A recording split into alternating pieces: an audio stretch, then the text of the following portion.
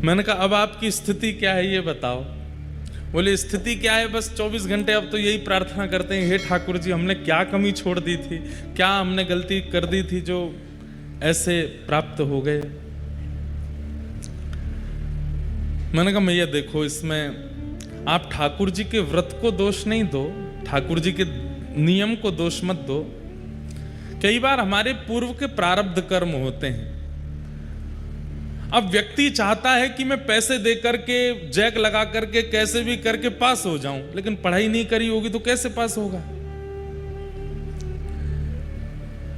ठीक वैसे ही अगर हम नियमों को, व्रतों को केवल अपने कार्य की सिद्धि के लिए करते हैं, पूर्व का प्रारब्ध तो है ना, वो प्रारब्ध किसी ना किसी रूप में तो आएगा। तो उन्होंने कहा कि तो फिर इसका मतलब तो व्रत करना ही नहीं चाहिए। मैंने कहा हम तो कहते ही नहीं है कि कभी किसी इच्छा कामना के लिए व्रत करो, निष्काम भाव से करो, ठाकुर जी के चरणों में प्रार्थना करो, जैसे राखो तैसे रहूं, जो दोगे जैसा दोगे, जो मिलेगा, जो जीवन में सब स्वीकार है। आप जैसे मारा गिरधर लाल थारो न चायो ना चूरे, मारा नट राजा थारो न चायो ना चूरे। आप चाहे जो कर लीजिए हमारे साथ, हमें सब स्वीकार है। विश्वास का मतलब यही तो होता है। तो भक्ति विश्वास के पात्र में टिकती है। अगर चित्त में विश्वास नहीं है, भरोसा नहीं है, तो भक्ति टिक नहीं पाई। आप कहेंगे कि महाराज जी विश्वास हमारा दृढ़ नहीं हो पा रहा, भक्ति छोड़ो, ज्ञान दे दो। भागवत, तो दूसरा शब्द ग यानी ज्ञान। आप कह रहे हैं कि भक्ति के लिए विश्वास आप कर नहीं पा रहे, इससे अच्छा आप ज्ञान दे दीजिए। तो ज्ञान के लिए जिज्ञासा का पात्र। अगर चित्त में जिज्ञासा नहीं होगी तो ज्ञान नहीं टिकेगा। आप कथा में, यहां कई लोग हैं हमारे भैया, सब बता रहे थे कि कथाएं सुनते रहते हैं, कभी कहीं कथा में जाते हैं, कभी कहीं कथा में जाते हैं। पूज्य हमारे पिताजी महाराज की भी कथा हुई है इस स्थान पर, 56 भोग मैदान में। एक बार मंदना परिवार के भी अंतर्गत एक कथा हुई है, भीलवाड़ा में, कहाँ, भवानी मंडी में, हाँ, 2004 में। वाह। तो कथाएं आप सब लोग सुन चुके हैं पहले भी, लेकिन आप मन में यह विश्वास करके और ऐसी भावना धारण करके बैठेंगे कि हम तो बहुत सुन चुके हैं, हम तो उनकी भी सुने, हम तो डोंगरे जी की भी सुने, हम तो बापू की भी सुने, हम तो उनकी भी सुने हैं। तो यहां बैठकर के आप कुछ नहीं प्राप्त कर पाओगे। मन में जिज्ञासा लेके बैठना ही पड़ेगा। भले ये आयु में छोटे हैं, भले ही इनकी आयु कम है, लेकिन फिर भी हमारी जिज्ञासा है कि ये क्या सुनाएंगे, हमें क्या प्राप्त होगा। जब तक ये भावना धारण नहीं करेंगे, ज्ञान नहीं आएगा चित्त में। तो भक्ति के लिए विश्वास का पात्र, ज्ञान के लिए जिज्ञासा का पात्र। तो भाग और फिर आता है व। आप कहो महाराज जी जिज्ञासा, हम में कोई जिज्ञासा ही नहीं है, हम इतने ज्ञानी हो चुके हैं, अब हम में जिज्ञासा नहीं है, कुछ और दीजिए। तो फिर तीसरा आएगा वैराग्य। वैराग्य के लिए अनुभव का पात्र। अनुभव को अगर आज की भाषा में कहूं तो ठोकरों का पात्र। वैराग्य उसी को हो सकता है जिसने बहुत अनुभव किया हो या बहुत ठोकरें खाई होंगी। किसी व्यक्ति को कथा सुनी है ना आपने, बुद्ध, बालक बुद्ध, जब उनका जन्म हुआ तो किसी ज्योतिषाचार्य ने कहा कि जिस दिन ये संसार देख लेंगे उसी दिन वैराग्य हो जाएगा। उनके पिता ने ऐसा योजना बना दी, परकोटा बना दिया एकड़ों में, बोले कभी संसार देखने ही नहीं दूंगा पुत्र को, कभी वैराग्य नहीं होगा। पूरा युवा अवस्था निकल गई, बाल अवस्था निकल गई, विवाह हो गया। विवाह होने के बाद जब संतान हुई तो पिता के मन में बात आई कि अब मेरे नाती हो गया है, मतलब पुत्र अब गृहस्थाश्रम में आ गया है, पत्नी बच्चों का ध्यान रखने लगा है, इसका मतलब अब इसको वैराग्य नहीं होगा। पत्नी आ गई, बच्चे आ गए, अब कैसे वैराग्य होगा? तो पिता ने कहा अब मैं कुछ दिन के लिए कहीं भ्रमण पर जा रहा हूं और मंत्री जी आप पुत्र का ध्यान रखना, पुत्र बुद्ध का ध्यान रखना और इनकी इच्छा हो तो बाहर घुमा लाना। लेकर के गए, पहली बार बाहर निकले हैं। जैसे ही बाहर निकले तो अपने मंत्री जी से पूछे, मंत्री जी ये बालक कहां जा रहा है? बोले कि प्रभु ये विद्यालय पढ़ने के लिए जा रहा है, अध्ययन करने के लिए जा रहा है। अच्छा, हमारे गुरुजी तो घर ही आते थे पढ़ाने के लिए। बोले आपके पिता ने व्यवस्था की थी, लेकिन वास्तव में बालकों को विद्यालय जाना पड़ता है, विद्यालय में अध्ययन करना पड़ता है। बोले अच्छा। थोड़ी और आगे गए तो जाकर के देखा कि वही बालक का अब विवाह हो रहा है। बोले अच्छा, हमारा भी तो विवाह हुआ था, ये वही हो रहा? बोले हाँ, अब ये इस बालक का विवाह हो गया। वही बालक अब थोड़ा और बड़ा हुआ तो उसका विवाह हो गया। आगे एक व्यक्ति अपनी पत्नी और बच्चों के साथ जा रहा था। बोले ये क्या हो रहा है? बोले कि अब गृहस्थ आश्रम में प्रवेश करने के बाद पत्नी और बच्चों की इच्छा पूर्ति के लिए निकला है। अच्छा, थोड़ा और आगे जाकर के देखा तो क्या देखा कि एक वृद्ध पड़ा था बिस्तर पर, खांस रहा था, बीमार हो गया था। बुद्ध बोले ये क्या हो रहा है? बोले कि महाराज व्यक्ति एक दिन वृद्ध हो जाता है और वृद्धता में उसको कोई रोग लग जाता है और रोग लगने पर फिर उसकी ऐसी रुग्णावस्था हो जाती है। थोड़े और आगे जाकर के देखा तो 5 लोग रो रहे थे और एक अस्थि शव पड़ा था और पत्नी कह रही थी मेरे पति चले गए, बच्चे कह रहे थे हमारे पिता चले गए, माता पिता कह रहे थे हमारा बेटा चला गया, भाई कह रहे थे हमारा भाई चला गया। बुद्ध ने जैसे ही वो दृश्य देखा बोले ये क्या हो रहा है? बोले कि महाराज ये हमारे जीवन का काट्य सत्य है, एक दिन हमारी मृत्यु हो जाती है, पत्नी बच्चे घर परिवार सब बैठे रह जाते हैं और हम लोग चले जाते हैं। इसका मतलब एक दिन मेरी भी मृत्यु होगी। मंत्री जी बोले आया है सो जाएगा, जो आया है उसको जाना तो पड़ेगा। मेरे बच्चे भी ऐसे रोएंगे, मेरी पत्नी भी रोएगी, मेरे परिवार के लोग भी रोएंगे। बोले हाँ महाराज रोना तो पड़ेगा। बस उसी दिन बोले कि अगर इन सबके बीच रह करके ममत्व प्रकट करके एक दिन सबको रोता बिलखता छोड़ के जाना पड़ेगा और मैं जाऊं उसके बाद तो सब रोएंगे, पर मेरे सामने भी तो सब जा सकते हैं, मेरे बालक भी जा सकते हैं, मेरी पत्नी भी जा सकती है, मुझे भी रोना पड़ेगा। ना मैं रोऊंगा ना किसी और को रोने दूंगा। उसी समय वैराग्य चित्त में आ गया, सब त्याग करके बुद्ध बन गए और वही बुद्ध के रूप में प्रकट हो गए। त्याग भागव यानी कि वैराग्य या तो अनुभव से आएगा या ठोकरों से आएगा। जीवन में जितने उतार चढ़ाव आते जाएंगे, जैसे जैसे लोग मिलते जाएंगे, उन लोगों से मिलने के बाद में आप लोगों को कई चीज का अनुभव होता रहेगा, वैराग्य आता रहेगा चित्त में। तो वैराग्य के लिए अनुभव का पात्र होना चाहिए।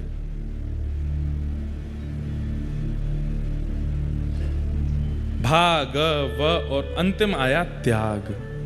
वैराग्य और त्याग इन दोनों में अंतर है, बहुत ध्यान से सुनिएगा।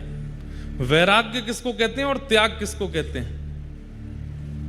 वैराग्य का मतलब वस्तुओं के बीच में रह रहे हैं पर उन वस्तुओं से ममत्व नहीं है, उसको वैराग्य कहते हैं। और त्याग किसको कहते हैं? जहां पर वस्तु भी नहीं है और उसके प्रति ममत्व भी नहीं है, वो त्याग है। वैराग्य की चरम स्थिति त्याग कहलाती है। सब साधनों के बीच में रहकर के भी उनके प्रति इच्छा नहीं होती है, वैराग्य है। राग रहित वैराग्य। और जहां साधन का भी त्याग और उसके प्रति इच्छा का भी त्याग, वो त्याग कहलाता है। तो त्याग अंतिम स्थिति है। त्याग के लिए क्या चाहिए? बोलो त्याग के लिए सत्संग रूपी पात्र चाहिए। जब तक सत्संग नहीं बनेगा, जब तक संग नहीं बनेगा, जब तक अच्छे लोगों के बीच में रह करके भगवत चर्चाएं नहीं मिलेंगी, तब तक त्याग नहीं बन सकता जीवन में।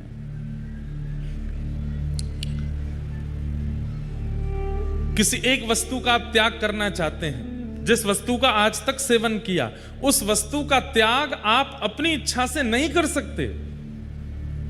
और वस्तु का त्याग कर भी दोगे लेकिन मन में वो वस्तु चलती रहेगी। मन तो हो रहा है खा लूं, मन तो हो रहा है थोड़ा सा इसको पी के देख लूं, मन तो हो रहा है थोड़ा सा इसका सेवन तो कर लूं। मन से भी नहीं जाएगा। मन से और तन से दोनों रूप से त्याग तो तभी हो सकता है जब सत्संग मिलेगा। सत्संग का मतलब इसको नहीं कहते जो हम कर रहे हैं, यह भी सत्संग है, पर सत्संग के और भी कई रूप हैं। और कौन कौन से रूप हैं?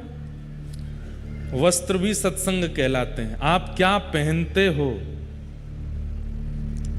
अभी हम जीन्स पहन के आ जाएं फटी हुई और मंच पे आके प्रवचन करने लगे, किसी पर कोई फर्क नहीं पड़ेगा हमारी बात का। वास्तव में फर्क पड़ता भी वस्त्रों से है। क्या पहनते हैं? धोती पहनते हैं, बगलबंदी पहनते हैं, तिलक लगाते हैं, शिखा धारण करते हैं, कंठी माला पहनते हैं। सब कुछ सत्संग कहलाता है। आपका श्रृंगार भी सत्संग है, आपका आवरण यानी कि वस्त्र भी सत्संग है, आपका उठना बैठना भोजन भी सत्संग है। आप क्या खाते हैं क्या नहीं खाते हैं उससे भी सत्संग का प्रभाव होता है। कैसों के संग बैठते हैं, किससे मिलते हैं, कहां जाते हैं, कैसी स्थिति का प्रयोग करते हैं, सब सत्संग है। और इन सब का वातावरण जब होता है, अब देखो एक बात आपको बताएं, बाहर कोई स्ट्रीट फूड मिलता है ना, जो रोडों पर ठेला लेके घूमते हैं भैया, वहां आप खाने जाओ, कुछ आपको खिला देगा, जैसा होगा वैसा खिला देगा। लेकिन जैसे हम जाएंगे ना धोती बगलबंदी पहन के, तो अगर व्यक्ति ठीक होगा तो पहले महाराज जी 1 मिनट रुको, पहले बर्तन धोऊंगा, बर्तन धोएगा, फिर हाथ मांजेगा, सब साफ सुथरा करेगा, मक्खी मच्छर सब उठा देगा। क्यों?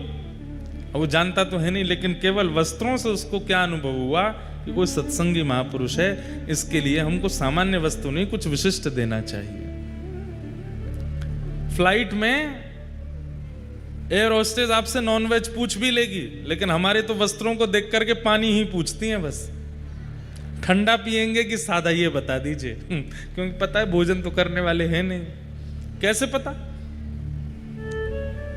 वस्त्र भी तो सामने वाले के चित्त में कुछ प्रकट कर रहा है, तो वस्त्र भी सत्संग है, तिलक भी सत्संग है। आप अपने घर पर जब फ्री टाइम में बैठते हैं, किस आकृति में बैठते हैं उससे भी पता चलता है कि आप सत्संगी हो कि नहीं। पड़ गए सोफा पे पांव ऊपर करके, ये सत्संग नहीं। वो बैठते भी सत्संगी का बैठना भी एक अलग रूप में होता है, उठना चलना फिरना सब कुछ उसका सत्संग बन जाता है। उससे त्याग बनता है। ऐसा व्यक्ति जो वस्त्रों से लेकर के भोजन से लेकर के संगति तक में सत्संग को निश्चित रखता है, वो व्यक्ति कभी भी किसी भी वस्तु का त्याग बिना किसी ममत्व के कर सकता है। उससे त्याग बन जाएगा। त्याग के लिए सत्संग का पात्र।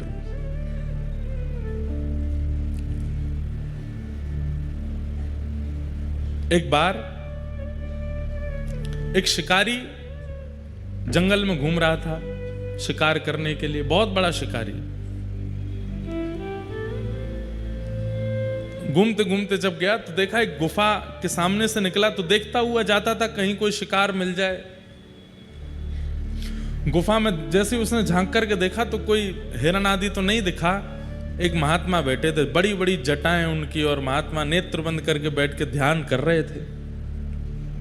तुरंत अपना घोड़ा रोका और बोला कि मेरी माँ मुझसे कहती थी कि हम शिकारी हैं, हम वन में रहते हैं, हम मांस खाते हैं, लेकिन कभी भी कोई संत मिले, गुरु मिले, उससे प्रणाम जरूर करना, उससे आशीर्वाद जरूर लेना। दौड़ करके गया, महाराज जी प्रणाम, आपको वंदन करता हूं, आप इस जंगल में भजन कर रहे हैं, मैं इस जंगल का शिकारी हूं, मैं यहीं रहता हूं। महाराज जी ने नेत्र खोले, अच्छा बेटा खुश रहो। बोले अब मैं और तो कुछ आपकी सेवा नहीं कर सकता, मुझे बस ये बताइए कुछ पाएंगे, कुछ भोजन करेंगे, आप कुछ खाएंगे? नहीं नहीं बेटा, हम सब आनंद मंगल हैं, फलाहार करते हैं, फल खाते हैं, फल खा करके जीते हैं, और कभी 5-6 दिन में एक बार फल खा लेते हैं। फल खाते हैं, फल कोई खाने की चीज है? आप कहें तो मैं बढ़िया एक हिरन लेकर के आऊं, आप भोग लगाना, मुझे भी दे देना। अब संत बेचारे अब क्या बोले उसको। तो अब देखिए सत्संग का प्रभाव कैसा होता है। संत थोड़े मुस्कुराए। अब उसको ये तो नहीं कहा कि बेटा हम लोग मांसाहार आदि नहीं करते। उसको क्या बोले, तुम जो हिरण पाते हो ना वो तो सामान्य है, मैं तो एक बहुत ऊंचे हिरण की खोज में बैठा हूं, जब तक वो नहीं मिलेगा तब तक आहार ग्रहण नहीं करूंगा। अरे महाराज आप नहीं जानते, ये इतने कोस का जंगल, उसका सबसे बड़ा शिकारी हूं मैं, यहां कोई हिरण मुझसे भाग के नहीं जा सकता, शेर के चंगुल से बच जाएगा, मुझसे नहीं बच सकता। आप बताइए कैसा हिरण चाहिए आपको। महाराज जी बोले रहने दो, तुम ला नहीं पाओगे उसको। बोले नहीं नहीं बताइए। तो बोले लिखो कैसा हिरण है।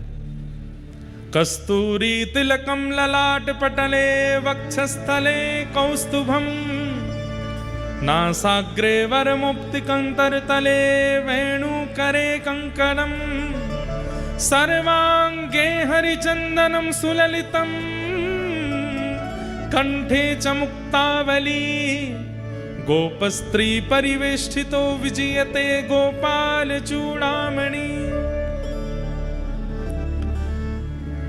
बोले जिस हिरण की आश में मैं भूखा बैठा हूं वो हिरण कस्तूरी का तिलक लगाता है। शिकारी बोला कस्तूरी तिलक लगाता हिरण? मैंने ये तो सुना कि कस्तूरी उसके नाभि में होता है, पर उसका चंदन बना करके अपने माथे से लगा के घूमता है, ये हिरण तो पहली बार देखा सुना। बोला हाँ वो कस्तूरी का तिलक लगाता है। कानों में नासिका में मोती पहनता है। अच्छा मोती पहन करके घूमता है हमारी तरह? बोला हाँ। और इस हिरण की विशेषता क्या है? बोले पीतांबरी पहनता है, निर्वस्त्र नहीं घूमता है, पीतांबरी धारण करता है, धोती पहनता है, और सबसे बड़ी विशेषता अधर पर वेणु रख करके अपने कर कमलों से बजाता है। शिकारी बोला जीवन निकल गया, ऐसा हिरण तो नहीं देखा मैंने। बोले इसीलिए तो इस वाले हिरण को हम पाना चाहते हैं, उसी के लिए बैठे हैं यहां पर। महाराज मैं आपको वचन दे करके जा रहा हूं, वो इसी वन में है ना, आप बस इतना बताओ। बोला हाँ वो सब जगह है, वो यहां पर भी है। मैं आपको वचन देता हूं जब तक ये हिरण नहीं मिलेगा मैं भी भूखा रहूंगा, मैं भी शिकार नहीं करूंगा, इसी हिरण को पकड़ के लाऊंगा। तब तो आप स्वीकार करेंगे ना, उसको पाएंगे फिर मुझे भी दे देना। बोला हाँ फिर पाएंगे, हम लेके आओ। अब महाराज जी ने तो ऐसे टरका दिया, लेकिन एक क्षण का वो सत्संग किया गया। अब वो तो शिकारी सीधा था, उसको ज्यादा हम आप चतुर जैसे लोग थोड़े ही हैं, हम तो बहुत चतुर हैं। हमारे सामने कोई महात्मा ऐसे बोलते हम तो तुम हिरण थोड़ी है, ये तो भगवान की बात कर रहे हो आप, हम तो 2 मिनट में बोल देते। लेकिन बेचारा सीधा बोला ठीक है मैं अभी जाता हूँ। निकल गया। दिन रात पहाड़ों में, नदियों में, तालाबों में, पोखरों में, सघन वन में जाता है और केवल ढूंढ रहा है तिलक लगा करके वंशी बजाने वाला, पीतांबरी पहनने वाला हिरण मुझे मिले। 1 दिन 2 दिन 3 दिन 5 दिन बीत गए। भूख के कारण व्याकुल होने लगा, मुख सूखने लगा। अब तो बस सामने से हिरण निकलते हैं तो उसको इच्छा तो बहुत होती है कुछ खा लूं, लेकिन सोचता है मेरे गुरुजी भूखे हैं, मैं कैसे पाऊं, जब तक वो हिरण नहीं मिलेगा तब तक नहीं जाऊंगा। 7 दिन बीत गए। प्राण जब निकलने को होने लगे, आंखें खुलनी बंद हो गई। अब स्थिति अपने वश में नहीं थी। ठाकुर जी उसके भाव पर रीझ गए। बोले बताओ हमको ढूंढ रहा है, भूख प्यास से व्याकुल होकर के हमको ढूंढ रहा है, हिरण के रूप में ढूंढ रहा है। इतने में ही मोर मुकुट धारण किए, कानों में सुंदर मोती धारण किए हैं, नाक में सुंदर मोती पहने हैं, पीतांबरी पहने हैं, ललित गति विलास वल्गुहास, टेढ़ी मेढ़ी चाल चलते हुए सघन वन से वेणु का नाद करते हुए कस्तूरी की सुंदर सुगंध आने लगी, चंदन की सुगंध आने लगी।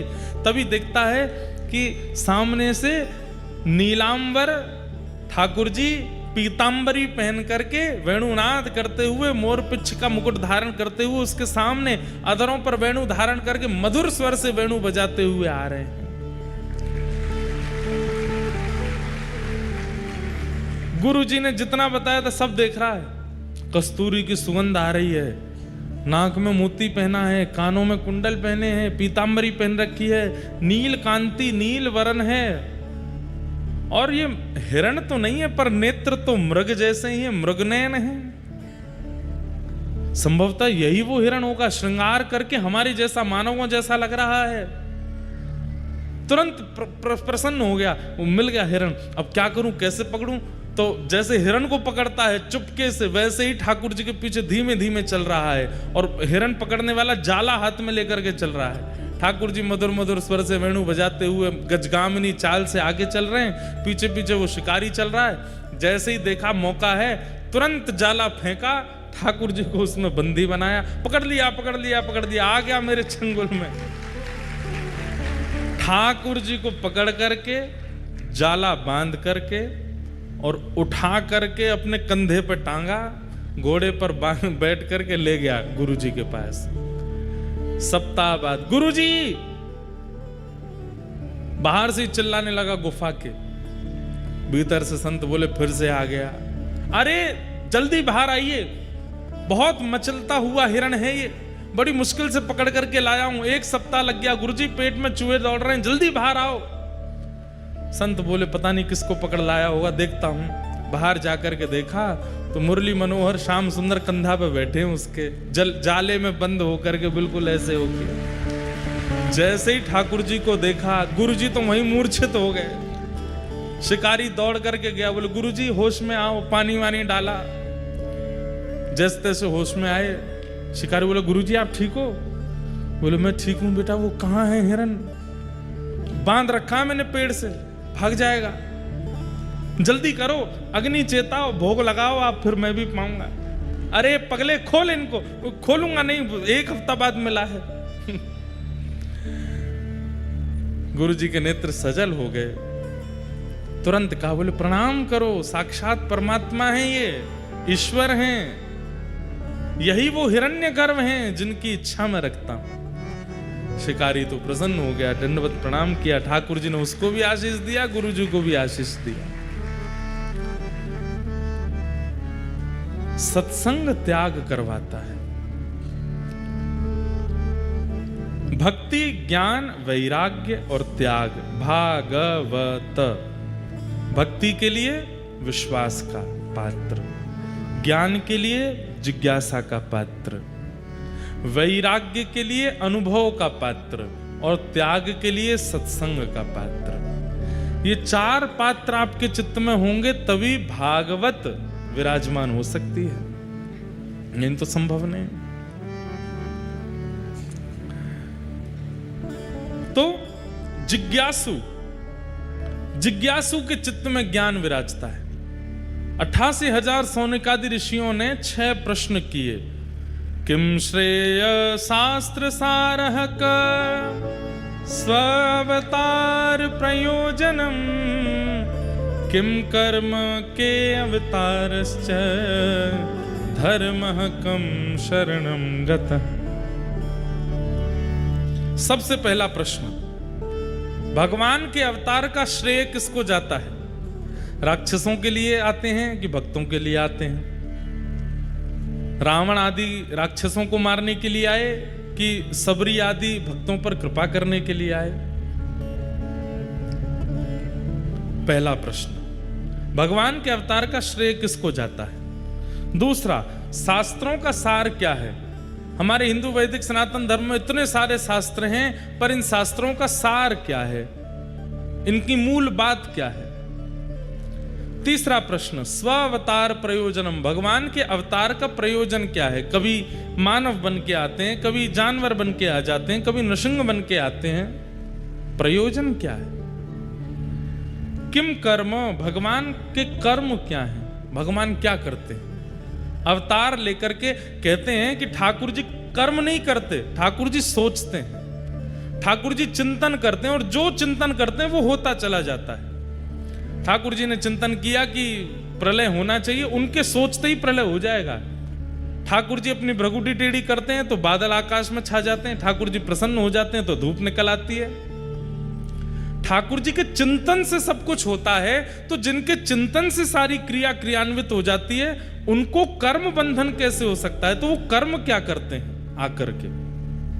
किम कर्म के अवतारश्च, भगवान के अवतार कितने हैं? 10 हैं, 24 हैं, कितने हैं? और फिर अंतिम प्रश्न किया, भगवान धर्म की स्थापना करके वापस चले गए अपने धाम को, तो जिस धर्म को ठाकुर जी स्थापित करके गए, भगवान के जाने के बाद उस धर्म का क्या हुआ, वो किसके पास गया?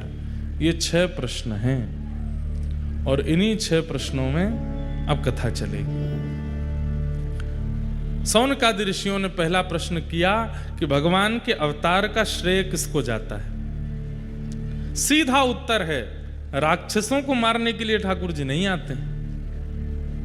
वाल्मीकि रामायण में एक प्रसंग में ठाकुर जी कहते हैं, अगर मैं चाह लूं तो रावण का जन्म ही नहीं होगा, अगर मैं चाह लूं तो वैकुंठ में बैठे बैठे रावण का वध कर सकता हूं, लेकिन वैकुंठ में बैठे बैठे सबरी की हृदय की इच्छा पूरी नहीं हो सकती। उसके लिए तो मुझे आना पड़ेगा, उसके लिए तो मुझे प्रकट होना पड़ेगा। राक्षसों का वध वैकुंठ से हो सकता है, लेकिन भक्तों की मनवांछित इच्छा वो वैकुंठ से पूरी नहीं होगी, इसलिए भक्तों के लिए ठाकुर जी आते हैं। पहले प्रश्न का उत्तर, भक्तों के लिए ठाकुर जी आते हैं।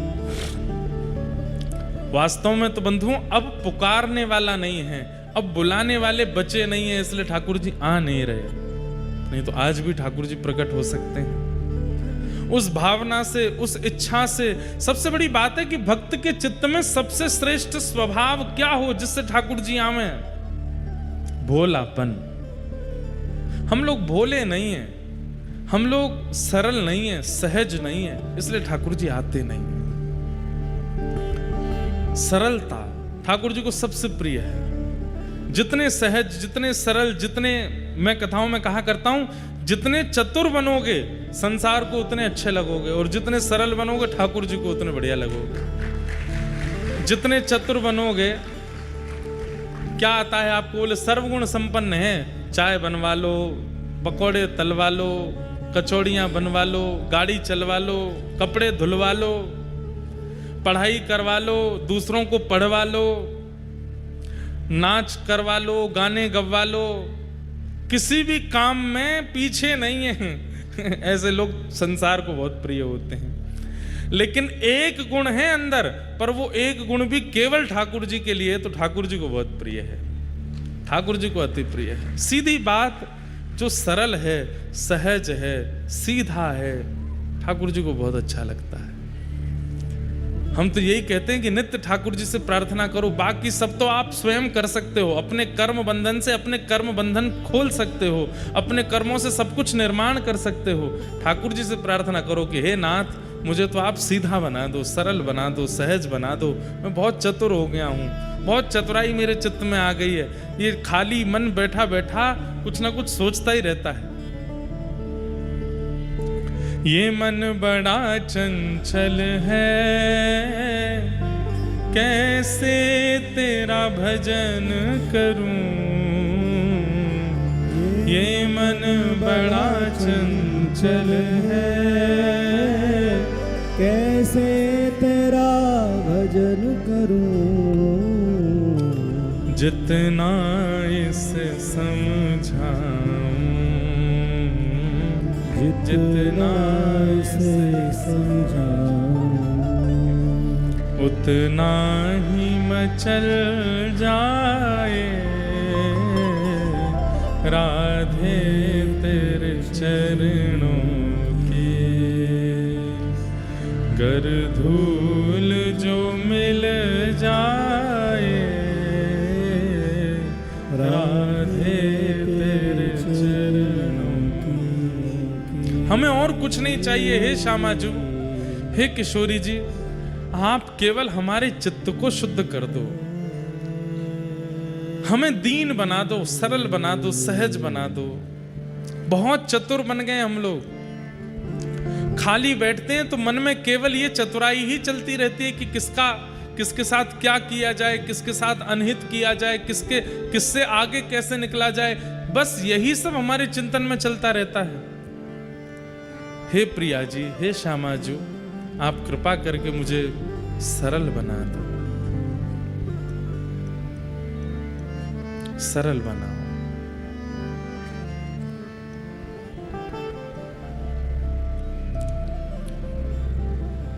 ब्रज में मध्य प्रदेश के एक भक्त पहुंचे जिनका नाम था भोलानाथ। किशोरी जी की प्राप्ति करने के लिए वृंदावन के सेवा कुंज में रहते और वहां रह करके बंदरों को जो चने डाले जाते तो बंदर जब पा लेते उसके बाद जो चनों का छिलका बच जाता उसको खाते। और कभी चना हाथ में पड़ जाता, बंदर पाके चले गए, एक आध चना अगर मिल जाते तो उनको बीन करके रख लेते, जब बंदर सामने आते तो उन्हीं को दे देते, स्वयं छिलका पाते थे। अनेक वर्षों तक जब छिलका पा करके रहे तो एक दिन किशोरी जी को बड़ी दया आ गई और उन्होंने श्री राधा वल्लभ मंदिर से उनके लिए प्रसादी भिजवा दी। गुसाई जी लेकर के प्रसादी आए और कहा, भोलानाथ जी, किशोरी जी ने स्वप्न में आज्ञा करके कहा है कि भोलानाथ जी छिलका पाते हैं, उनके लिए मेरी राजभोग की प्रसादी लेकर के जाओ। ये सुनकर के भोलानाथ जी इतना रोए, इतना रोए, इतना रोए और रोए तो रोए, किशोरी जी के ऊपर नाराज हो गए। क्यों? हे किशोरी जी, आपको मेरे पेट की पीड़ा दिखाई दे गई, मेरे हृदय की पीड़ा नहीं दिखाई दी। मैं छिलका खा रहा हूं, उसके लिए आपने अन्न मेरे पास भेज दिया, पर मेरा हृदय आपको देखने के लिए, आपके चरणों की प्राप्ति के लिए इतना व्याकुल हो रहा है, हृदय की पीड़ा आपको दिखाई नहीं दी। अरे वही दिखता है जो विशेष होता है, इसका मतलब मेरे पेट की पीड़ा विशेष दिख रही है, इसीलिए आपने आज अन्न सामग्री भेज दी, मेरे हृदय की पीड़ा नहीं दिखाई दी। अब मैं और रोऊंगा, अब मैं और पुकारूंगा ताकि मेरे हृदय की पीड़ा आपको दिखाई दे और अगली बार आप भोजन का थाल ना भेज करके स्वयं पधारो यहां पर। किशोरी जी ने उनका नामकरण किया, उनका पूर्व नाम भोलानाथ 50-60 ज्यादा से ज्यादा 80 वर्ष पहले वृंदावन में थे। आज भी कई ऐसे महापुरुष वृंदावन में जिन्होंने भोलानाथ जी का दर्शन किया था। किशोरी जी ने उनका नाम रखा भोरी सखी, उनको सखी बना, भोरी सखी। कितनी बोली। हे श्यामाजू, हमें आपसे और कुछ नहीं चाहिए, या तो आप अपना लीजिए, और आप अपनाना नहीं चाहती हैं, हमें इतने योग्य नहीं समझती, तो कम से कम वृंदावन वास तो दीजिए, वृंदावन दे दीजिए। आपके चरणों में पड़े रहेंगे, बस इसी से आनंद हो जाएगा।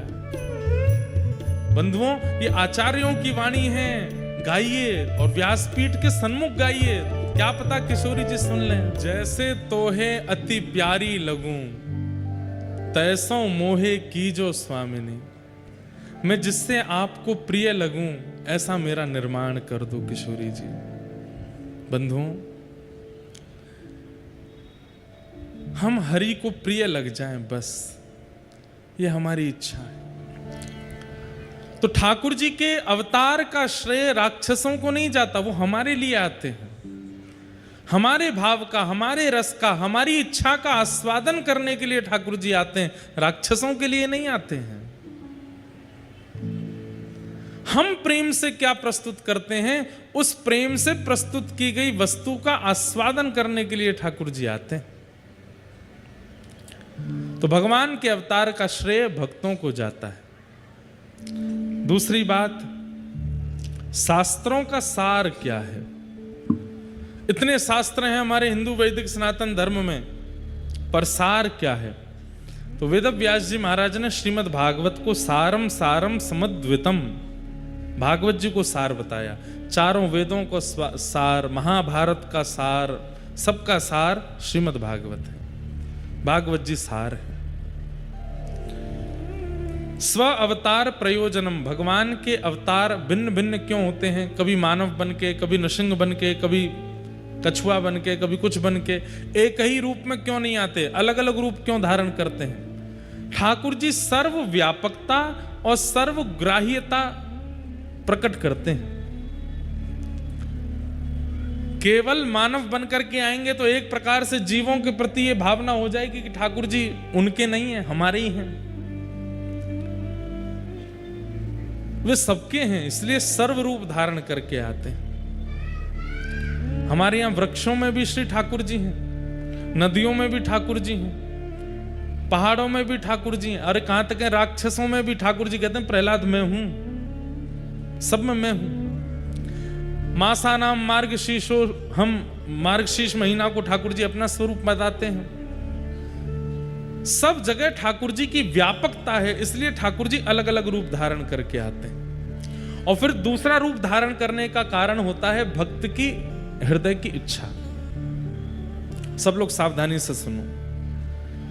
भक्त के हृदय में जैसी भावना ठाकुर जी की है, ठाकुर जी वैसे ही आते हैं उसके पास।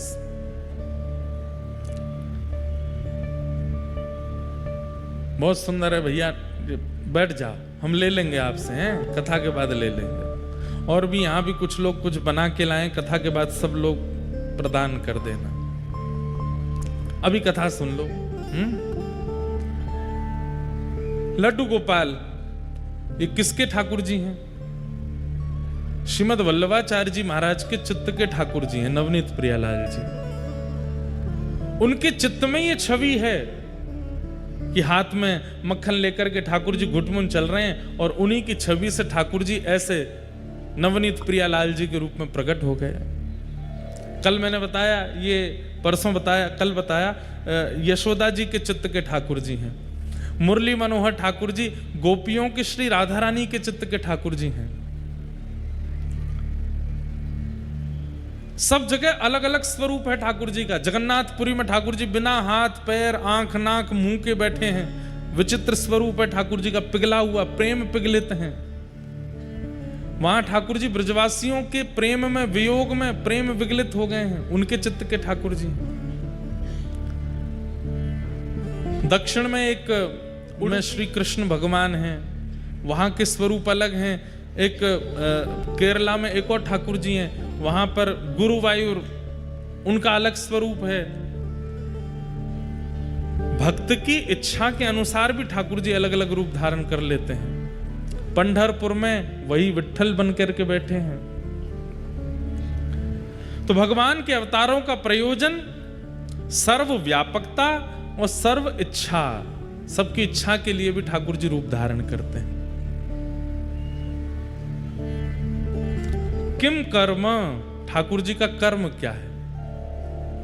केवल गौ ब्राह्मण संत वैष्णवों की सुरक्षा, ठाकुर जी का यही कर्म है कि ये प्रसन्न रहें। बस ये प्रसन्न रहेंगे तो पूरी सृष्टि प्रसन्न रहेगी। इसी का भाव ठाकुर जी चित्त में रखते हैं। के अवतारश्च, भगवान के अवतार कितने हैं? असंख्य। अवताराय असंख्य, एकादश स्कंद में वेदव्यास जी कहते हैं असंख्य अवतार हैं भगवान के। बताने को 24 हो जाते हैं, दशावतार हो जाते हैं, लेकिन देखा जाए तो 24 पर गिनती रुकती नहीं है, असंख्य हैं ठाकुर जी के अवतार। भक्तमाल जी में एक ठाकुर जी का स्वरूप है, उसका नाम है सिलपिल्ले भगवान। कौन से भगवान? सिलपिल्ले भगवान। एक बताने वाली बात तो नहीं, बता देते हैं। एक संत हैं, ठाकुर जी की अष्टयाम सेवा करते हैं, सुबह से शाम तक सेवा करते हैं, बिल्कुल एक क्षण के लिए। अपने हाथ से वस्त्र बनाएंगे, अपने हाथ से भोजन बनाएंगे, अपने हाथ से इत्र लगाएंगे, अपने हाथ से सारी सेवा। मतलब सुबह 4 बजे उनकी सेवा प्रारंभ होती है, शाम 7 बजे तक हिलते ही नहीं है। रसोई और ठाकुर जी का कक्ष, रसोई ठाकुर जी का कक्ष, इतनी सेवा करते हैं। मैं दर्शन करने गया, मैंने महाराज जी आपके ठाकुर जी इतने भाव से सेवा करते हैं, आप सेवा करते हैं, ठाकुर जी को नाम कहा है? तो क्या नाम बताए? बवाल बिहारी। क्या नाम है? बवाल बिहारी। मैंने कि ये कैसा नाम है बवाल बिहारी? बोले थे बवाल नहीं है तो क्या है? सुबह सुबह उठ करके इनको ये पवाओ, उठते ही पट दूध पिवाओ, फिर लड्डू खवाओ, वो बना करके लाओ। और भाई सेवा करने वाले तो फिर विशेष रूप से करते हैं, जिनको केवल काम चलाऊ करना वो काम चलाऊ करते हैं। अब जैसे अभी महीना चल रहा है कार्तिक का, अब गुलाब का इत्र नहीं लगेगा ठाकुर जी को, अब मोगरा का इत्र नहीं लगेगा। अब धीरे धीरे ठाकुर जी के इत्र परिवर्तित होंगे, क्योंकि धीमे धीमे हवा में नमी आ रही है, थोड़ी ठंडक आती जा रही है, रात्रि में ठंडा होता जा रहा है, तो इसलिए अब ठाकुर जी के इत्र बदल जाएंगे। अब केसर का इत्र धीरे धीरे प्रारंभ होगा, कदम्ब का इत्र लगेगा ठाकुर जी को। और फिर जैसे ही महीना ठंडा हो जाएगा पूर्ण रूप से, तो फिर ठाकुर जी को हिना का इत्र लगेगा, शमामा का इत्र लगेगा, गर्म इत्र कस्तूरी के इत्र लगेंगे। तो कितना अब इत्र का भी विचार किया जाता है, वस्त्रों का भी विचार किया जाता है। गर्मी में ठाकुर जी को बिल्कुल सूती वस्त्र पहनाए जाते हैं, अब धीरे धीरे रेशमी वस्त्र और फिर धीरे धीरे गर्म वस्त्र पहनाने पड़ेंगे। भोजन सामग्री में भी, पेय पदार्थ में भी ध्यान रखा जाता है कि गर्मी में क्या पाएंगे, सर्दियों में क्या पाएंगे। बवाल बिहारी, तो बोले इसलिए इनका इतना बवाल है, इसलिए इनका नाम हमने बवाल बिहारी रख दिया है। मैंने कहा बहुत बढ़िया। तो जाकी रही भावना जैसी, प्रभु मूरत देखी तिन तैसी। जिसकी जैसी भावना होती है ठाकुर जी उसके लिए वैसे रूप में प्रकट हो जाते हैं। धन्ना जाट के लिए सामान्य पत्थर में भी ठाकुर जी आ गए, और पुंडलीक के लिए साक्षात पंडरीनाथ भगवान द्वार पर खड़े हैं, पर उसके लिए माता पिता ही सर्वोपरि हैं। वो ईंट खिसका देता है, बोले कि मैं माता पिता की सेवा छोड़ के थोड़ी आऊंगा। जिसकी जैसी भावना वैसे ठाकुर जी हो जाते हैं। तो अवतार असंख्य हैं ठाकुर जी के, एक नहीं है। और अंतिम प्रश्न किया गया, धर्म कम शरणम गतः। अंतिम प्रश्न है कि भगवान के चले जाने के बाद, लीला पूरी करने के बाद धर्म किसकी शरण में गया। इसका उत्तर देते हुए कहते हैं, धर्म हमारी शरण में है, इसलिए धर्मो रक्षति रक्षतः। धर्म की रक्षा करने का दायित्व हमारा है। इसका मतलब रक्षा उसकी की जाती है जो शरण में है। तो ठाकुर जी धर्म स्थापित करके गए, हम लोगों को सौंप गए कि भाई अब धर्म का पालन तुम करना। जो लोग कहते हैं कि हम धर्म मार्ग पर क्यों चलें, क्योंकि आपको ठाकुर जी, इसके लिए ही ठाकुर जी आए थे धर्म स्थापित करने, और आपको देके गए कि इसका स्थापन करो, इसकी सुरक्षा करो। अगर धर्म मार्ग से विलग होकर के व्यक्ति चलता है, ठाकुर जी को बहुत पीड़ा होती है। हमने धर्म स्थापित किया और ये धर्म से विलग चल रहे हैं। ये 6 प्रश्न किए, और इन्हीं 6 प्रश्नों का अब विस्तार से उत्तर भागवत है। सूत जी महाराज अपने गुरुदेव को वंदन करते हैं, और वंदन करते हुए कहते हैं, हे साधु जनों, आप लोगों ने जो प्रश्न किया है, इस प्रश्न से कृष्ण लीला प्रकट होगी, कृष्ण कथा प्रकट होगी, इसलिए मैं इन प्रश्नों को प्रणाम करता हूं। भगवान के अवतारों का वर्णन करते हुए भागवत जी के निर्माण की कथा सुनाई। श्रीमद् भागवत क्यों लिखी गई। प्रश्न हुआ कि वेद व्यास जी महाराज ने इतने ग्रंथ लिखे थे, तो फिर भागवत लिखने की क्यों इच्छा हुई। तब बताते हैं, इदं भागवतं नाम पुराणं ब्रह्म संहितम् उत्तम श्लोक चरितं चकार भगवान ऋषि। वेद व्यास जी महाराज ने भागवत की रचना की। क्यों? जब वे इतना कुछ लिख चुके तो फिर भागवत क्यों लिखी? क्योंकि अपनी रचनाओं से संतुष्टि नहीं हो रही थी। संतुष्टि मतलब, बंधुओं देखो, रचनाकार को अपनी रचना के ऊपर पता होता है कि इससे कितना लाभ होने वाला है, कितनी हानि होने वाली है, उसको सब पता होता है। रोटी बनाने वाला, सब्जी बनाने वाली माता जी, उनको पता होता है कि सब्जी कैसी बनी है, लड्डू कैसे बने हैं। अगर श्रेष्ठ नहीं बने होते और कोई जबरदस्ती प्रशंसा करता है तो माता जी कह देती हैं, बोले कि देखो हमें पता है तुम बोल रहे हो बहुत अच्छा है, लेकिन हमको पता है आज हमने इतने मन से बनाया नहीं है, इतना अच्छा बना नहीं है। रचनाकार को पता होता है कि उसकी रचना कैसी है। वेद व्यास जी महाराज अपनी रचनाओं से संतुष्ट नहीं है। क्यों? क्योंकि व्यास जी के चित्त में इच्छा है कि मैं जो लिखूं उससे सबका कल्याण होना चाहिए, पुरुषों का, स्त्रियों का, हर जाति, हर वर्ण, हर व्यवस्था वाले का। लेकिन अभी तक जो कुछ भी लिखा है उनसे सर्वांगीण उद्धार नहीं हो रहा था। इसलिए व्यास जी लिखते तो जा रहे हैं, 18 उपपुराण लिख दिए, 17 महापुराण लिख दिए, 4 वेद लिख दिए, महाभारत लिख दी, लेकिन मन में संतुष्टि नहीं है। हर रचना के बाद सोचते हैं कि कुछ अधूरा है, कुछ रह गया है।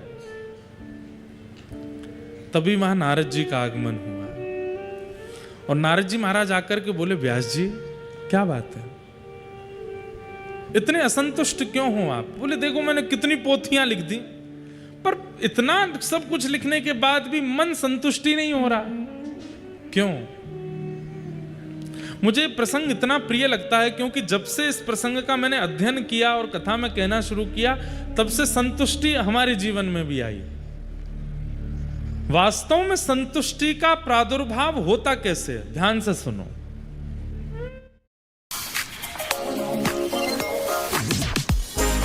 प्रादुर्भाव होता कैसे?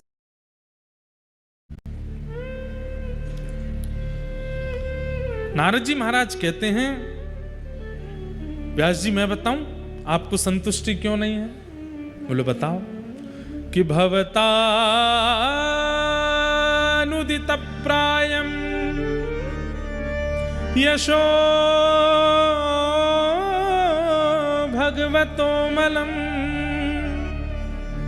ये नैवा सौनतुष्येत मन्ये तद्दर्शनम खिलम। व्यास जी, आपने जितने भी ग्रंथ लिखे हैं उनमें घुमा फिरा करके 4 बातों को ही प्रधानता दी है आपने। कौन सी 4 बातें? धर्म, अर्थ, काम और मोक्ष। आपने अपने ग्रंथों में यही लिखा है कि धर्म कैसे किया जाए। एक ग्रंथ में एक बात लिखी, दूसरे में दूसरी लिखी, तीसरे में चौथी लिखी, घुमा फिरा करके धर्म की प्रधानता। दूसरा, अर्थ की प्रधानता। तीसरा, कामनाओं की पूर्ति कैसे हो, और अंतिम बात, मोक्ष कैसे मिले। इन 4 से ऊपर आपने और कुछ भी नहीं लिखा है इतने पन्नों में। व्यास जी कहते हैं तो ये संसार इस 4 के व्यूह में ही तो चल रहा है, धर्म, अर्थ, काम, मोक्ष। आप अपने आप से पूछिए, सब लोग इधर देखो, विशेष रूप से आगे वाले लोग। धर्म, अर्थ, काम और मोक्ष, सुबह से हम लोग क्या करते हैं? ये 4 ही काम करते हैं। सुबह उठते ही स्नान करना। स्नान करना क्या है? धर्म है। स्नान करने के बाद में कबर्ड खोल करके कपड़े पहनना, काम।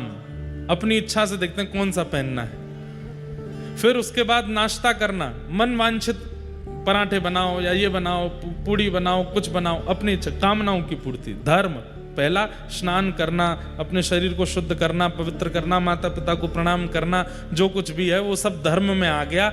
उसके बाद कपड़े पहनना, भोजन नाश्ता करना, ये आ गया काम, कामनाओं की पूर्ति। उसके बाद क्या करते हैं? गाड़ी में बैठे, बच्चे गए स्कूल, बड़े गए कॉलेज और बड़े गए अपने काम पर, ऑफिस। ये क्या है? अर्थ। बच्चे स्कूल क्यों गए हैं? ताकि हम अध्ययन करें, ताकि हम जब बड़े हों तो हम भी अर्थ कमा सकें। यूनिवर्सिटी क्यों गए? ताकि हम भी बड़े हों तो हम भी अर्थ कमा सकें। अर्थ के लिए ही अध्ययन कर रहे हैं। अर्थ। और फिर इन सब कार्यों के बीच में यदा कदा कभी मंदिर जाना, कभी मंगलवार का व्रत करना, कभी कथा सुन लेना, कभी सत्यनारायण की कथा कर लेना, कभी मंदिर में प्रणाम कर लेना, मोक्ष की कामना। इस 4 से अतिरिक्त और कुछ नहीं करते हम। धर्म करते हैं, अपनी कामनाओं की पूर्ति करते हैं, अर्थ की प्राप्ति करते हैं और मोक्ष के लिए यत्न करते हैं। इन 4 के पीछे ही हम सब भाग रहे हैं। वेदव्यास जी बोले, जब सृष्टि ही इस 4 के चक्र में चलती है तो मैं इस 4 से परे बातें क्यों लिखूं? धर्म, अर्थ, काम, मोक्ष। तब नारद जी बोले, एक चीज भूल गए। बोले क्या? पंचम पुरुषार्थ। इन 4 के साथ में एक का होना बहुत जरूरी है, और वो एक क्या है? प्रेम। धर्म में प्रेम हो, अर्थ में प्रेम हो, काम में प्रेम हो और मोक्ष में भी प्रेम हो। प्रेम के बिना ये चारों फीके से लगेंगे। फिर ये चारों तो राक्षस भी कर रहे हैं, ये चारों तो चोरी चकारी करने वाला भी बेचारा अपना कर ही रहा है, वो उसके लिए वही धर्म है। लूट मार करने वाला उसके लिए वही धर्म है, वो भी तो कर रहा है। नारद जी कहते हैं कि आपने चारों के बारे में तो वर्णन किया लेकिन प्रेम को छोड़ दिया, इसलिए आपका चित्त असंतुष्ट है। प्रेम का पुट लगाते ही ये चारों और ज्यादा सुंदर हो जाएंगे, जैसे धर्म। अब कई लोग धर्म के नाम पर बलि चढ़ाते हैं, क्यों? प्रेम नहीं है चित्त में। प्रेम होता चित्त में तो किसी निर्दोष को क्यों मारेंगे? अब एक बात बोलें आपको हम, बलि क्या होती है, सुनो ध्यान से। कई लोग कहते हैं कि वेदों में भी तो लिखा है कि बलि होनी चाहिए, कई लोग कहते हैं कई यज्ञों में भी प्रथा है कि बलि होनी चाहिए। ध्यान से सुनिए, बलि का स्वरूप क्या है? वेदों ने कहा, आचार्यों ने कहा, पूर्वजों ने कहा कि भाई तुम्हारे चित्त में मैं करने वाला एक बकरा बैठा है, वो 24 घंटा मैं करता रहता है। गाड़ी मैंने खरीदी, घर मैंने बनाया, और इंडस्ट्री मेरी है पूरी, बच्चे मेरे हैं महाराज, पड़ोसी के भी बच्चे होते, मैंने पढ़ाया इनको, मैंने ही बताया था उस स्कूल में भेजो। ब्याह किसी का सक्सेसफुल हो गया, मैंने ही तो बताई थी लड़की, ये तो वहां जा रहे थे करने के लिए।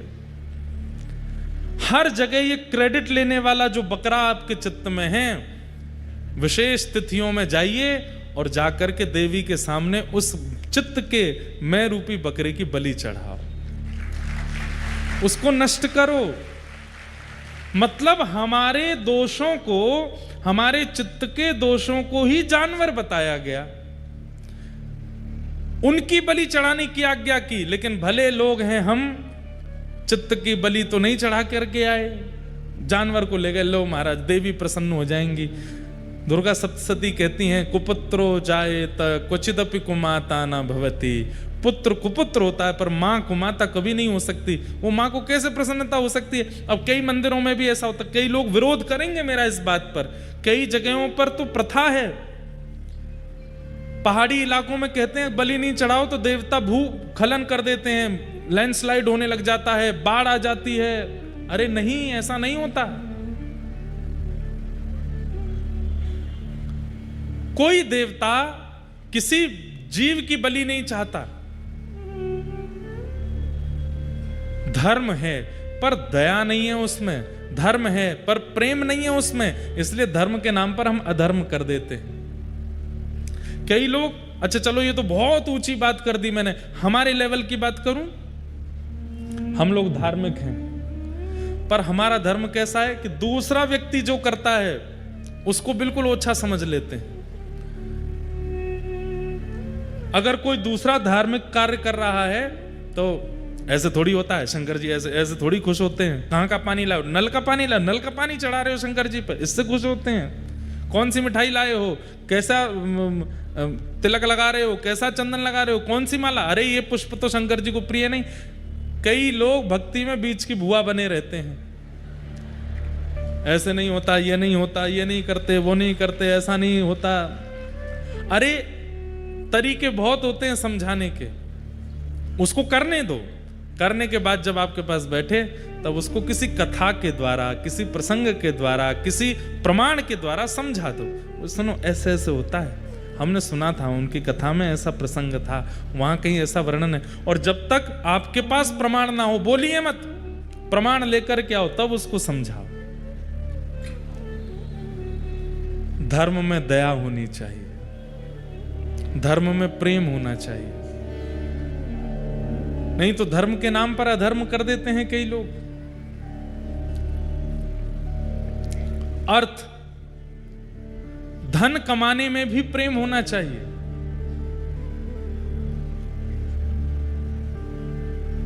प्रेम कैसे होता है धन कमाने में?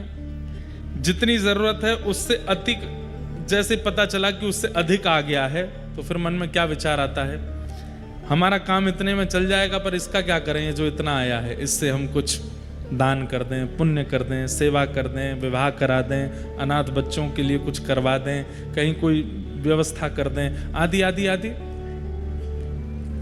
धन में प्रेम आ गया तो दान बन गया। धर्म, अर्थ, काम। अब काम में प्रेम कैसे आता है, कामनाओं की पूर्ति में प्रेम कैसे आता है?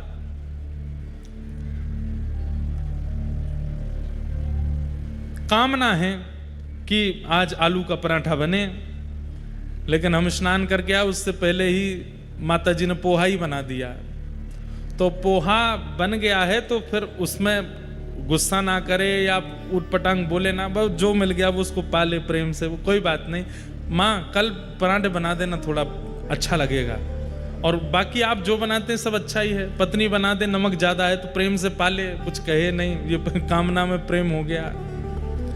धर्म, अर्थ, काम और मोक्ष, मोक्ष में भी प्रेम। केवल यज्ञ किए जा रहे हैं, अनुष्ठान किए जा रहे हैं, व्रत किए जा रहे हैं, नियम किए जा रहे हैं, प्रेम का बिल्कुल ध्यान नहीं धर रहे हैं। ठाकुर जी के सामने दिया जलना चाहिए, अगरबत्ती जलनी चाहिए, अनुष्ठान होना चाहिए, यज्ञ होना चाहिए, ठाकुर जी को प्रेम कैसे प्रस्तुत हो इसका कोई विचार नहीं है। ऐसे मोक्ष की प्राप्ति से भी मोक्ष तो मिल जाता है, पर ठाकुर जी भी फिर बहुत बड़ा वैकुंठ है, उसमें कोई कोना दे देते हैं, बैठे रहो भाई, वैकुंठ चाहिए था मिल गया तुमको।